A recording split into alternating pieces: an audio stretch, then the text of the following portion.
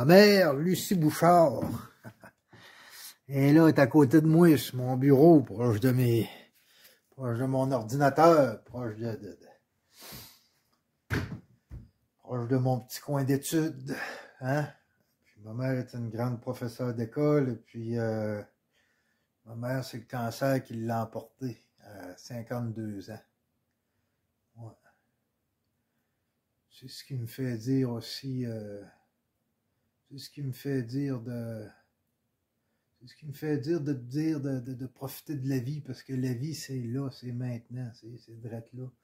Le moment le plus important dans ta vie, le moment le plus important, c'est là. C'est ça là que tu vis là, en ce moment, là. Quand même bien que t'as prévu de te marier d'une semaine. Ça, c'est d'une semaine. Hein. C'est là. C'est direct là, parce que demain n'est qu'un fantasme. C'est un petit peu comme la retraite qu'on a essayé de te vendre, mec, tu fasses ta retraite, là, mec, tu sois à ta retraite, je vais faire ci, mec, tu sois à ma retraite, je vais faire ça. Bullshit, à 52 ans, ma mère n'a pas eu le temps de goûter à sa retraite. Ça fait que la vie, c'est maintenant. Puis la vie, des fois, on trouve que c'est cruel, mais la vie, c'est comme ça, c'est tout. La vie, il n'y a pas... la vie est, hein? C'est tout. Le verbe être, la vie est. Hein? La nature est. La nature est ni bonne ni mauvaise. Elle est.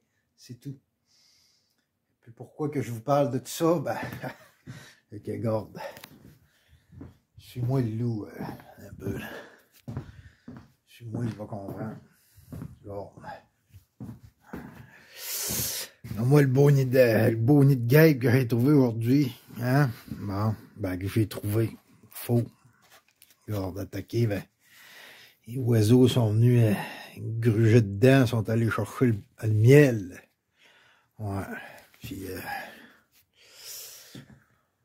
ça m'a fait penser, tu sais, ce nid d'oiseau-là, je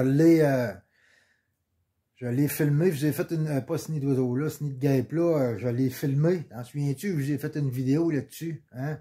Je l'ai filmé, puis je l'ai pris en photo. Gars, comment est-ce qu'il est beau.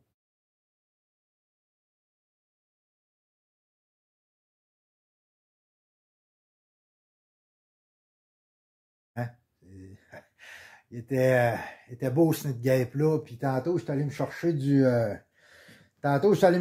lycopode, le loup. Un peu, va m'assire, tabarnak, mes vieux genoux. Va m'assire un peu. Tantôt, je suis allé chercher du lycopode. Ça, faut que je m'habitue à filmer de côté, tabarnak, mes nouvelles vidéos, en tout cas. Je suis allé me chercher du lycopode tantôt. Et puis, j'ai passé en avant de cette nid de guêpe-là, et puis, avant même de le voir, je me suis dit, pour moi, il y a un oiseau qui était là-dedans, je le ressentais. Fait que j'ai arrêté, puis je suis allé voir, puis on le voyait pas de la manière qu'il était, mais je le ressentais dedans de moi. Ça sentait la mort. Ça sentait la mort. Et puis je suis arrivé, et puis c'est ça, ben, il était défoncé, et puis il y a un oiseau qui s'était gâté pas mal là-dedans. Et puis ça m'a fait penser que la vie peut être parfois cruelle, mais la vie, elle est, c'est tout. Hein? C'est comme ça, faut pas trop se poser de questions dans cette vie-là. Il y a un oiseau qui s'est rempli la panse. Et puis malheureusement, pour une colonie entière,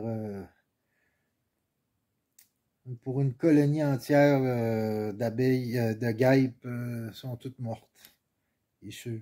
Ils n'ont pas le choix. Ils n'ont pas pu se refaire de nid de guêpe à date qu'on est. Ils n'ont pas pu se refaire de nid à date qu'on est. Ils n'ont pas pu se récolter du miel. Là. C'est fini le temps du miel et puis tout ça. Donc, et puis fort probablement que je sais pas c'est quoi ces oiseaux-là. Je doute au jet bleu. Un jet bleu, c'est calice en esti. En tout cas, si tu sais la réponse, là, quel oiseau qui attaque les nids de guêpe et puis tout ça, tu me le diras. J'imagine bien que cet oiseau-là est gros dur. Donc, pour la perte La perte d'une colonie, il y a un oiseau qui vit dur aujourd'hui dans le bois, puis qui va passer l'hiver grâce à leur miel. Et puis c'est comme ça. Même, je lisais dernièrement que les abeilles entre elles se font la guerre comme ça, hein, les colonies d'abeilles et puis de guêpes, et puis ils vont, ils vont aller tester les forces des autres colonies, et puis si l'autre colonie est pas assez forte euh, pour combattre, ils vont l'attaquer, et puis ils vont voler leur miel, et puis tout ça. Donc, il y a des choses qui se passent dans la vie, vous savez, comme il y a des écureuils qui ont l'air toutes fins comme ça, hein, ça passe, puis ça passe dans ta cour, dans ton jardin, ça a l'air tout fin comme ça, mais les écureuils, ça bouffe beaucoup les bébés oiseaux. Ouais. Quand ça monte dans les arbres, ça trouve des nids, là, des fois, là, ils vont casser les œufs, vont manger les œufs, puis ils vont aussi manger les bébés qui sont sortis des œufs, et puis tout ça. C'est un petit peu carnivore, ben pas carnivore, je dirais omnivore, fait que ça a l'air bien fin comme ça, mais... Et puis quand tu regardes ça, ben, il y a comme on pourrait dire qu'il y a comme une cruauté, hein, mais la vie, c'est comme ça, tu sais. Je le ressens beaucoup, moi, quand je tire ma pare-brise, tu sais. Je tire ma pare-brise, je tire mon orignal, je tire mon lièvre, et puis je me dis, il y a une certaine forme de cruauté là-dedans, mais d'un autre côté, c'est la vie. La vie, elle est. Et c'est tout. Ouais.